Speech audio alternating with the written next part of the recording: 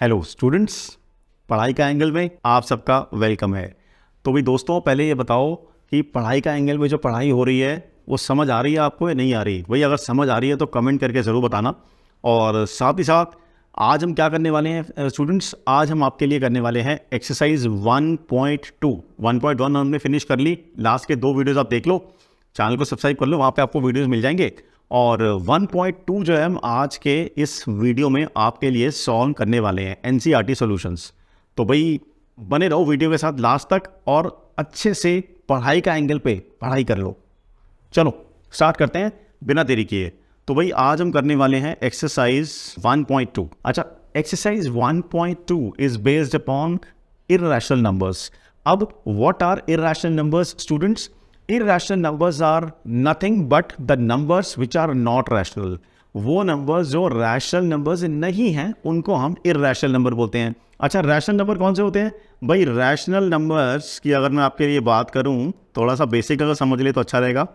Rational numbers वो numbers होते हैं जो कि P अपॉन Q की फॉर्म में आप एक्सप्रेस कर सकते हैं और Q यहाँ पे 0 होना चाहिए।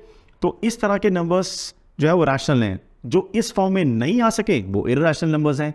तो इस एक्सरसाइज में जो आज हम सॉल्व करने वाले हैं, हमें कुछ नंबर्स दिए होंगे और हमें उनको प्रूव करना होगा कि वो इर्रेशनल है। तो भाई सीबीएसई पॉइंट ऑफ व्यू से बता दूं, ये क्वेश्चन आपके लिए बड़ा ज़्यादा इंपॉर्टेंट है। तो इसको आप बड़े ध्यान से वीडियो को लास्ट तक देखो और ढंग से सीखो। और अगर कोई चीज़ आप भूल जाओ तो वीडियो को रिवाइंड करके बार बार देखना। चलो करते हैं क्वेश्चंस। तो सबसे पहले क्वेश्चंस की मैं स्टूडेंट्स बात कर लूँ आपके लिए। फर्स्ट क्वेश्चन है, प्रूव दैट √5 इज इर्रेशनल। तो आपको जो है √5 जो है उसको इर्रेशनल प्रूव करना है। देखिए हमारे पास एक मेथड होता है जिस मेथड को बोलते हैं method of contradiction. Now what is method of contradiction? Example के लिए इसी क्वेश्चन से समझते हैं।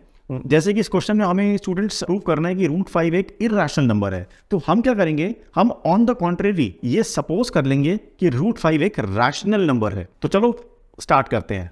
तो जैसे मैंने कहा, हम सपोज करेंगे √5 को रैशनल। तो late if possible √5 is a rational number। तो ये हमने assume कर लिया कि भाई √5 एक रैशनल नंबर है if possible। अब देखिए रैशनल नंबर तो मैंने आपके सामने डेफिनेशन लिखी हुई है, P/Q की फॉर्म में होता है। तो इसका मतलब हुआ कि हम √5 जो है उसको P अपॉन Q की फॉर्म में एक्सप्रेस कर सकते हैं, जहां पे Q नॉट इक्वल टू 0 होगा। इसमें इंपॉर्टेंट क्या है, P and Q have no common factor. तो P और Q में कोई भी कॉमन फैक्टर नहीं होगा, मतलब ना तो P का ना Q का। तो ये बड़ा इंपॉर्टेंट है। तो मैंने एज्यूम कर लिया भाई √5 मेरा रैशनल नंबर है और P/Q की फॉर्म में उसको फिर लिख सकते हैं हम, क्या दिक्कत है। और P और Q जो है उनमें फिर कॉमन फैक्टर नहीं होगा। अब ये मैंने एज्यूम कर लिया। अब मैं क्या करता हूँ, देखिए √5 को P/Q सपोज किया है, मैं करता हूँ इस इक्वेशन में स्क्वायरिंग बोथ साइड्स। तो आप कर दो स्क्वायरिंग बोथ साइड्स। देखो ध्यान से ये मेथड समझ लो, क्योंकि स्टूडेंट्स इस मेथड में क्या है ना, एक क्वेश्चन आपने कर लिया, सारे एक जैसे हैं तो बड़ा आसान हो जाएगा। स्क्वायरिंग बोथ साइड्स, ये जो इक्वेशन है ये वाला, इसको आप स्क्वायरिंग बोथ साइड करेंगे तो √5 का स्क्वायर आप करेंगे वो हो जाएगा 5 और ये हो जाएगा P² अपॉन Q²। तो इस तरीके से आपके पास ये आ गया। अब आप इसे क्रॉस मल्टीप्लाई कर लें, तो अगर आप इसे क्रॉस मल्टीप्लाई करेंगे तो आएगा 5Q² is equal to P²। इसको फर्दर हम कैसे लिख सकते हैं? इसको हम फर्दर लिख सकते हैं P²/5 is equal to Q²। And what does this mean? This means that 5 divides P²। आप देख सकते हैं यहाँ पर 5 जो है वो P² को डिवाइड कर रहा है। अब अगर 5 P² को डिवाइड करेगा that means 5 divides P also. भाई कॉमन सेंस की बात है, कोई नंबर अगर P के स्क्वायर को डिवाइड कर रहा है तो P को तो करेगा। तो ये आपका आ गया 5 डिवाइड्स P। तो इस स्टेटमेंट को जो है आप ध्यान रखेंगे। इस स्टेटमेंट को मैं जरा सेकेंड स्टेटमेंट रिज्यूम कर लेता हूँ। अब चलते हैं आगे। अब मैंने दिखा दिया 5 डिवाइड्स P। देखिए what does it mean? If 5 divides P that means P must be the multiple of 5। भाई P जो है 5 का मल्टीपल होगा, तभी तो 5 ने उसको डिवाइड किया है, सिंपल सी बात है। तो इसका मतलब ये हुआ, मैं लिख सकता हूँ P is equal to 5M where M is an integer. M आपका स्टूडेंट्स क्या हो गया? एक इंटीजर हो गया। तो m इज एन इंटीजर। अब p is equal to 5m आपके पास आ गया। स्क्वायरिंग बोथ साइड फिर से कर दीजिए आप, स्क्वायरिंग बोथ साइड्स। बहुत ही आसान और स्ट्रेट फॉरवर्ड प्रूफ आपको लगने वाला है ये। स्क्वायरिंग बोथ साइड्स किया तो मेरे पास आ गया p square is equal to 25m square. अब देखो इक्वेशन 1 मेरे पास देखिए आ गई, इक्वेशन 1 भी मैंने आपको दिखा दी। यहाँ पर भी आ रहा है 5q square is equal to p square. और इस इक्वेशन में मैं क्या करने वाला हूँ, ये जो p स्क्वायर की वैल्यू निकाली है ना 25m स्क्वायर, ये मैं इक्वेशन 1 में पुट करने वाला हूँ। तो लिख देते हैं put value of p square from equation 3, इसको हम 3 मान लेते हैं, इन इक्वेशन 1। फर्स्ट इक्वेशन में थर्ड इक्वेशन से p स्क्वायर की वैल्यू पुट कर देते हैं। p स्क्वायर की वैल्यू कितनी है 25m स्क्वायर, कितना आसान है। फर्स्ट इक्वेशन ये रही 5q square is equal to p square, तो इसमें मैं p स्क्वायर की वैल्यू पुट करूंगा तो मेरे पास आएगा 5q square is equal to 25m square, क्योंकि p स्क्वायर की यही वैल्यू है। इसको आप सॉल्व कर लो, आप देखो 5 से 25 काट सकते हो तो आएगा q square is equal to 5m square. इसको अगर हम फर्दर सॉल्व करें तो मेरे पास आएगा q square upon 5 is equal to m square. अब इस इक्वेशन को देखो जैसे पहले भी हमने किया था, पहले मेरे पास आया था p स्क्वायर अपॉन 5, तो मैंने कहा था 5 डिवाइड्स p स्क्वायर। अब मेरे पास आ गया q स्क्वायर अपॉन 5, तो मैं क्या बोल सकता हूं, दैट इम्प्लाइज, बिल्कुल पहले की तरह सेम प्रूफ है, मैं बोलूंगा 5 डिवाइड्स q स्क्वायर। और अगर 5 q स्क्वायर को डिवाइड कर रहा है तो भाई q को तो डिवाइड करेगा ही करेगा, दैट इम्प्लाइज 5 डिवाइड्स q। तो 5 जो है q को भी डिवाइड कर रहा है। इस स्टेटमेंट को मैं मान लेता हूं मैं मान लेता हूं फोर्थ स्टेटमेंट, इसको फोर्थ स्टेटमेंट अज्यूम कर लेते हैं। तो ये मेरी हो गई स्टेटमेंट नंबर 4। अब अगर आप स्टूडेंट्स ध्यान से देखिए स्टेटमेंट 4 और स्टेटमेंट 2 को, दोनों को ध्यान से देखिए। स्टेटमेंट 2 भी आपके सामने देखो स्क्रीन पे दिख रहा है। स्टेटमेंट 2 की अगर मैं बात करूं, स्टेटमेंट 2 ये है, स्टेटमेंट 2 में आपको दिख रहा है 5 डिवाइड्स p, और स्टेटमेंट 4 में आपको दिख रहा है 5 डिवाइड्स q। अगर आप दोनों स्टेटमेंट्स को ध्यान से देखो तो यहां आपको क्लियरली नजर आ रहा है कि p जो है 5 उसको भी डिवाइड करता है और q को भी डिवाइड करता है। इसका मतलब तो ये हो गया कि p और q दोनों का एक कॉमन फैक्टर आ गया जो कि 5 है। तो हम यहां से अज्यूम कर लेते हैं। सो ये लाइन मैं हरे से लिखता हूं, इंपॉर्टेंट लाइन है। Therefore from 3 and 4 we conclude that p and q have a common factor 5। But ये तो कॉन्ट्रडिक्शन आ गया। कैसे कॉन्ट्रडिक्शन आ गया, देखिए सोल्यूशन के स्टार्टिंग में हमने सोल्यूशन के स्टार्टिंग में कहा था कि p और q have no common factor. हमने इस तरह से √5 को लिखा था p बाई q की फॉर्म में कि भाई कंडीशन ये थी कि p और q का कोई कॉमन फैक्टर नहीं होगा, लेकिन यहां तो कॉमन फैक्टर आ गया। इसका मतलब क्या हुआ, therefore we have a contradiction. अब स्टूडेंट्स कॉन्ट्रडिक्शन का मतलब क्या होता है कि जो हमने अज्यूम किया था उसका कुछ उल्टा ही रिजल्ट हमारे सामने आ गया। हमने अज्यूम किया था कि p और q में कोई कॉमन फैक्टर नहीं होगा, लेकिन यहां तो कॉमन फैक्टर आ गया, तो कॉन्ट्रडिक्शन हो गया, मतलब गलत चीज आ गई। इसका मतलब हमने जो स्टार्टिंग में अज्यूम किया था वो भी गलत प्रूव हो गया। हमने क्या अज्यूम किया था, हमने अज्यूम किया था let if possible √5 is a rational number, तो ये हमारी अजम्पशन रॉन्ग हो गई। तो हम क्या लिखेंगे अब, we have a contradiction. So देखिए पूरा आपको लिखना पड़ेगा because this is suppose to be a theoretical question, आप जरूर ध्यान रखिए। तो हम क्या लिखेंगे, so our assumption is wrong, hence √5 is not a rational number, rational number नहीं है। तो भाई अगर वो रैशनल नंबर नहीं है तो कैसा हो गया, जो नंबर्स रैशनल नहीं होते those are called irrational numbers. So it is an irrational number, तो ये आपका इरैशनल नंबर हो गया। तो स्टूडेंट्स ये पूरा क्वेश्चन है, मैं रिवाइंड करा देता हूँ पूरा का पूरा कैसे किया, रिवाइज करते हैं। देखिए आपको √5 को दिखाना था कि प्रूफ करो कि ये इरैशनल नंबर है। हमने क्या सपोज किया, हमने ऑन द कॉन्ट्रेरी सपोज कर लिया कि √5 एक रैशनल नंबर है। इसलिए हमने रूट 5 को लिख दिया P अपॉन Q की फॉर्म में, जहां इंपॉर्टेंट क्या था, that P and Q have no common factor. इस तरह हमने किया है, कुछ कॉमन फैक्टर नहीं है P और Q में। फिर जो root 5 is equal to P by Q था, हमने उसमें कर दिया squaring both side. Squaring both side करा तो आ गया 5 is equal to P square by Q square. आपने क्रॉस मल्टीप्लाई किया, 5 Q square is equal to P square, वहां से आ गया P square by 5 is equal to Q square. That means 5 divides P square. Clearly दिख रहा है हमें P स्क्वायर अपॉन 5 का मतलब क्या है, 5 P स्क्वायर को डिवाइड करता है। अगर P स्क्वायर को करेगा 5 तो P को भी करेगा, 5 डिवाइड्स P, ये हो गया। अब अगर 5 P को डिवाइड कर रहा है तो P जो है 5 का मल्टीपल हुआ तभी तो डिवाइड कर रहा है, तो हमने P is equal to assume कर लिया 5m, जहां पे m एक इंटीजर है। Squaring both sides, P square is equal to 25m square, ये हमारे पास आ गया इक्वेशन नंबर 3। अब ये P स्क्वायर की वैल्यू जो 3 में है हमने उठा के पुट कर दी 1 में। 1 है 5Q square is equal to P square, इसमें आपने P स्क्वायर को डाला 25m स्क्वायर, आपके पास आया 5Q square is equal to 25m square. आपने फर्दर सॉल्व किया और सॉल्व करके आया Q square is equal to 5m square, उसको भी सॉल्व करो, Q square by 5 is equal to m square. Again पहले की तरह 5 divides Q square, that implies 5 divides Q। इसको मैंने माना 4 स्टेटमेंट। मेरा स्टेटमेंट नंबर 2 और स्टेटमेंट नंबर 4 को अगर हम देखें, मैंने शायद यहाँ 3 लिख दिया, ये 3 नहीं है, ये 2 है, स्टेटमेंट नंबर 2 और 4 को अगर हम देख लें तो मेरे पास क्या आता है कि भाई P और Q दोनों का कॉमन फैक्टर 5 आ रहा है। तो भाई ये तो कॉन्ट्रडिक्शन आ गया, बिकॉज हमने अज्यूम किया था कि P और Q का कोई भी कॉमन फैक्टर नहीं होगा, हमें तो 5 मिल गया। इसका मतलब जो अजम्पशन था हमारा वो रॉन्ग हो गया, और इसलिए रूट 5 भाई रैशनल तो नहीं है। हमने सपोज किया था रैशनल बट है नहीं, तो इसका मतलब क्या हुआ, अगर रैशनल नहीं है तो वो एक इरैशनल नंबर है। तो कितना सिंपल स्ट्रेट फॉरवर्ड प्रूफ, इससे आसान कोई क्या बताएगा स्टूडेंट्स। तभी मैं कहता हूँ चैनल को सब्सक्राइब करो, शेयर करो अपने दोस्तों के साथ, ताकि इस तरह से बिल्कुल आपको वैसे मैं पढ़ा रहा हूँ जैसे आप कोई ट्यूशन पढ़ते हो, तो बिल्कुल उस तरीके से आपको यहाँ पे सब कुछ मिलने वाला है।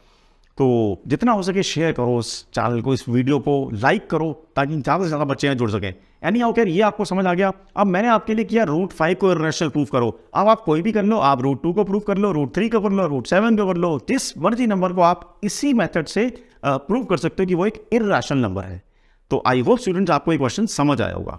चलते हैं अपने दूसरे क्वेश्चन की तरफ। अब इसका आ गया सेकंड क्वेश्चन। देखिए सेकंड क्वेश्चन पे आ गए हम। तो मेरा सेकंड क्वेश्चन है, प्रूव दैट 3 + 2 रूट 5, 3 + 2 रूट 5। अब मुझे इसको भी इरैशनल दिखाना है, ये पूरी एक्सरसाइज में ना इरैशनली प्रूव करना है। तो देखिए इसको प्रूव करने का टेक्निक क्या है, इसको भी हम उसी तरीके से स्टार्ट करेंगे, that let if possible 3 + 2 root 5 is a rational number. तो करते हैं start. Let if possible 3 + 2 root 5 is a rational number, rational number. अब जैसे पहले लिखा था भाई, अगर ये रैशनल है तो इसका मतलब क्या हुआ, दैट 3 + 2 रूट 5, इसको आप लिख सकते हैं P बाई Q की फॉर्म में, जहां Q होगा not equal to 0 and P and Q have no common factor. अच्छा जब मैं लिखता हूं ना no common factor, that means no common factor other than 1। देखो 1 तो सबका होगा ही ना। इसकी जगह अगर आप टेक्निकल टर्म यूज करना चाहते हो तो आप ये भी बोल सकते हो that P and Q are coprime, तो ये भी आप बोल सकते हो, इनका HCF 1 होता है। तो जब भी मैं लिखूंगी नो कॉमन फैक्टर तो समझ जाओ अदर देन 1। पिछले क्वेश्चन में भी ज्यूम कर लेना आप ये। तो क्या 3 + 2 रूट 5 मेरा P बाई Q आ गया। इस इक्वेशन को थोड़ा सॉल्व करते हैं, ये जो इक्वेशन है इसको हम थोड़ा सॉल्व करते हैं। तो सॉल्व कैसे करेंगे, देखो 2 root 5 is equal to P by Q minus 3। Further solve करें, 2 root 5 is equal to LCM ले लो आप, एलसीएम आएगा Q, ये हो गया P माइनस 3Q। इसको और सॉल्व करेंगे फिर स्टूडेंट्स, दैट इंप्लाइज रूट 5 यही रह गया और आ गया P minus 3Q bye 2Q। इस तरह के क्वेश्चंस में आपको करना क्या है स्टूडेंट्स, कि जब आप इस तरह सिंप्लीफाई करो तो आपको टारगेट आपका ये है कि जो रूट वाला टर्म है वो लेफ्ट साइड में रह जाए, बाकी सारी टर्म्स आपकी राइट साइड में चले जाए। जैसे कि इस क्वेश्चन में था ना रूट 5, तो रूट 5 लेफ्ट में रह गया, बाकी सब राइट में चला गया। तो root 5 is equal to P minus 3Q by 2Q, this is the term which you get on the right hand side. I hope the point is clear students. अच्छा लग रहा है, पॉइंट समझ आ रहा है तो लाइक का बटन तो दबा ही दो। खैर बात करते हैं आगे। अब मेरे पास ये कंडीशन आ गई, देखिए P और Q यहां पर इंटीजर्स हैं, मुझे पता ही है, 3 और 2 ऑब्वियसली इंटीजर्स है, ये भी पता है। तो इसका मतलब P minus 3Q upon 2Q must be a rational number, ये मुझे जरूर पता होना चाहिए। तो मैं क्या लिखना पड़ेगा मुझे अब ये since P Q minus 3 and 2 are integers, ये सब इंटीजर्स हैं। अब भाई दो इंटीजर्स को आप डिवाइड कर रहे हो तो सीधी सी बात है रैशनल नंबर ही आने वाला है। सो p minus 3q upon 2q is a rational number, is a rational number. इसी को ना इक्वेशन 1 भी सपोज कर लो आप। तो आपने प्रूव कर दिया राइट साइड में भी p minus 3q by 2q rational number है। But this is again a contradiction, why? Because first equation के हिसाब से p minus 3q upon 2q है किसके इक्वल स्टूडेंट्स? ये इक्वल है √5 के। तो इससे तो फिर ये प्रूव हो गया कि √5 भी रैशनल नंबर है। तो लिखते हैं therefore from equation 1 it is concluded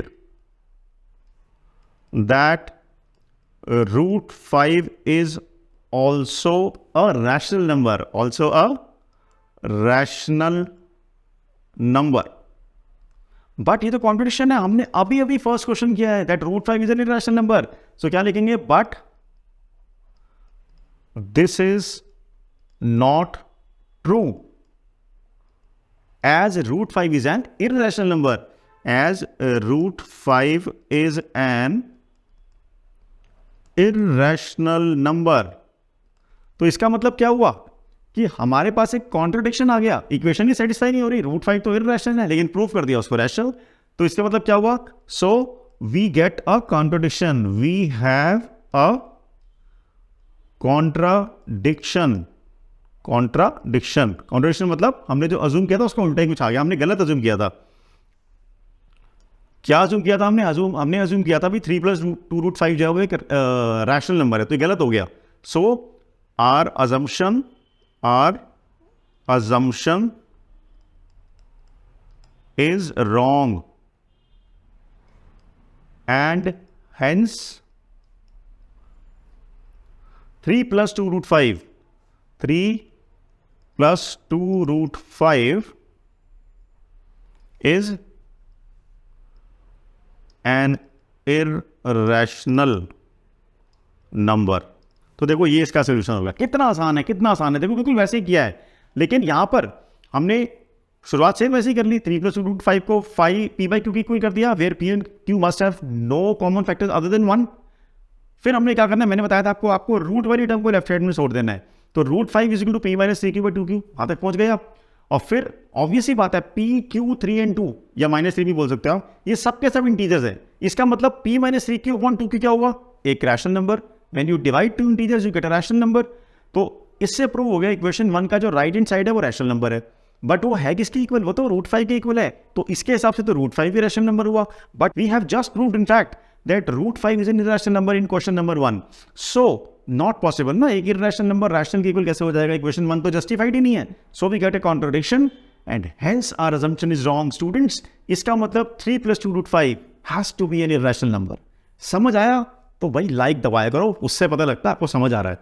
तो ये आपका हो गया क्वेश्चन इस तरह था। जब आपको सिंगल आ जाए √5, √3, √11, √13, √17, तो उसके लिए आप क्वेश्चन नंबर 1 का लॉजिक आप पूरा यूज करो जो मैंने समझाया आपको।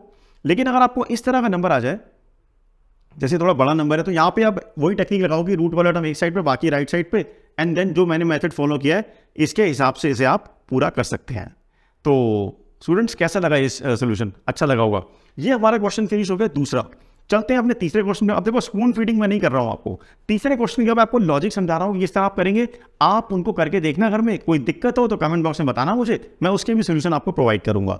तो तीसरे क्वेश्चन की तरफ चलते हैं, इसका बेसिक डिस्कस करते हैं। अब देखो तीसरे में भी यही है, prove the following numbers is irrationals. मतलब आपको अभी भी इररेशनल नंबर्स दिखाने हैं।